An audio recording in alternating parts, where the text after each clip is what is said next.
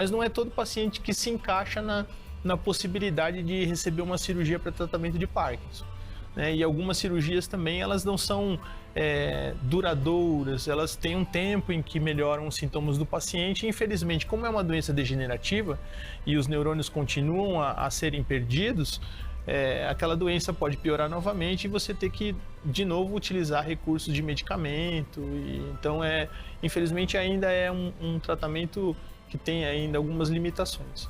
E, doutor, no caso que você comentou pra gente desse espécie de marca-passo, a pessoa daqui a um tempo, como você falou, como vai acontecendo a degenerativa, ela vai precisar, às vezes, trocar esse equipamento, esse aparelho? Como que funciona nesses casos? Isso. Ele é seguido normalmente por um neurocirurgião, né?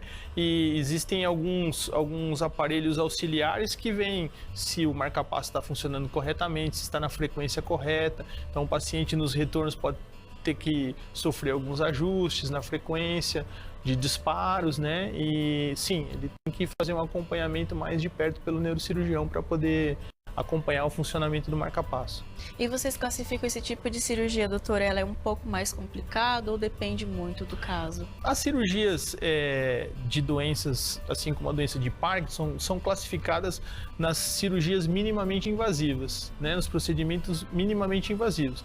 Então, são procedimentos que muitas vezes você faz com o paciente acordado, cirurgias com o paciente acordado, na hora do implante do eletrodo, na hora de você ligar o marca-passo, né? Essa cirurgia do ultrassom mesmo é feita com o paciente acordado. Então, é no grupo das cirurgias menos invasivas, assim, com o máximo de tecnologia possível. E isso vem tranquilizando cada vez mais. Que bacana a gente ver esse retorno, essa tecnologia auxiliando tanto nessas questões, né, doutor? Sim, com certeza, com certeza. E, doutor, no caso assim, a gente fala o tratamento, beleza, o paciente vai ter que então continuar por resto da vida nesses cuidados, então, para tentar, digamos, ter um freio na doença de Parkinson? Isso, então, todas essas alternativas fazem com que melhore a qualidade de vida do paciente. Então, o tremor diminui, a rigidez diminui, os reflexos melhoram, né? E você tem que fazer todo um tratamento conjunto dos outros problemas, dos problemas digestivos. Tem que estimular muito esse paciente a fazer exercícios físicos, né, em grande quantidade. Então, quanto mais exercício físico o paciente faz, melhor a qualidade de vida dele. Se ele tem algum quadro de perda de memória, um quadro demencial, ele precisa também de assistência nesse sentido, né? Então, é uma avaliação mais global do paciente para que ele possa ter uma qualidade de vida melhor, com certeza. E aquela questão, né, doutora? Vai fazer sua parte, você como médico cirurgião, de indicar o tratamento, fazer, mas o paciente também tem que fazer o seu dever de casa, cuidar desses hábitos de vida para conseguir o sucesso como um todo, né? Sim, com certeza. Isso é muito importante. E, doutora, há maneiras de prevenir a doença de Parkinson ou é ainda muito complicado em falar em prevenção? Não, infelizmente não existe uma prevenção para a doença de Parkinson, né? Eventualmente a gente sabe que, como eu falei no começo, que a exposição a produtos químicos de maneira profissional ou a metais pesados, então acho que nós poderíamos classificar isso como uma espécie de prevenção, né? Fazer um cuidado, um uso de equipamentos de proteção adequado, né? Um check-up profissional adequado e periódico para isso, eu acho que talvez seja uma forma. Mas, infelizmente, é uma doença que não tem uma prevenção bem estabelecida, não. E sobre os sintomas, até para a gente reforçar, quais assim são os de alerta que, preciso realmente buscar ajuda, doutor? Então, a doença de Parkinson, ela muitas vezes começa com um tremor assimétrico, mais de um lado do que do outro. Isso é bem característico da doença. Outra coisa característica desse tremor é que ele tem uma frequência baixa em termos de movimentos por segundo. Então é um tremor relativamente lento, mais de um lado do que do outro, e quando a pessoa está mais de repouso do que em movimento. Então a pessoa está parada, você vê que ela treme e balança um dos membros, em geral o braço, né? Algumas vezes parece que ela está contando cédulas assim, sabe, com o dedo balançando numa frequência relativamente baixa.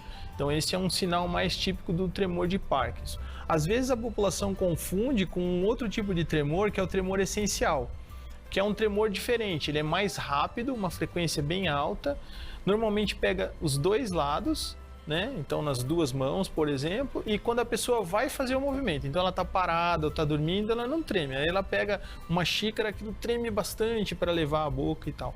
Normalmente isso é menos característico da doença de Parkinson. Outra coisa que às vezes as famílias notam é uma diminuição da expressão da face. Então você olha para a pessoa, parece que ela está sem movimento, sabe?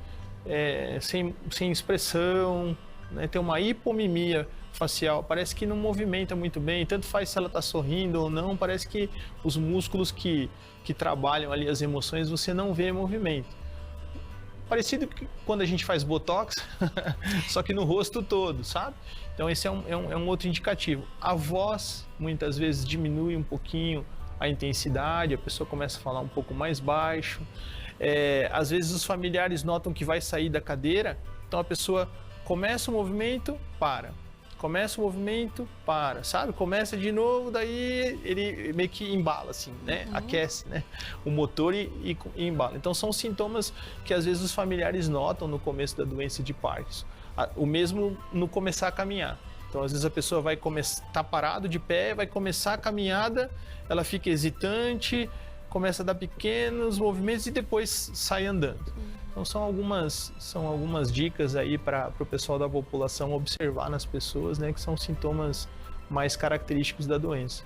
É importante que você falou, doutor, porque nós, assim, no caso, leigos, que sempre traz vocês para trazer informações, a gente associa muito a doença de Parkinson àquele tremor, de ficar com as mãos tremendo e tal. E olha como o doutor explicou, tem vários outros sinais aí que pode estar por trás disso, que às vezes, olha, eu vou começar a perceber isso, tá tendo isso. Porque às vezes é uma coisa que associa a outra também, né, doutor?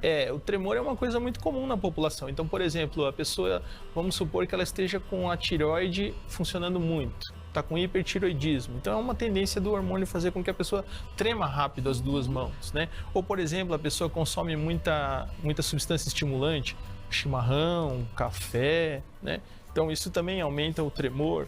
Então, tem muitas condições que alteram os movimentos, né? Que são diferentes da doença de Parkinson. Com certeza. Doutor, obrigado realmente pela sua participação, viu? Por nada, Nubia. Eu que agradeço. E obrigado a todos pela atenção. Com certeza. Esse foi, então, o nosso quadro de saúde e até a próxima.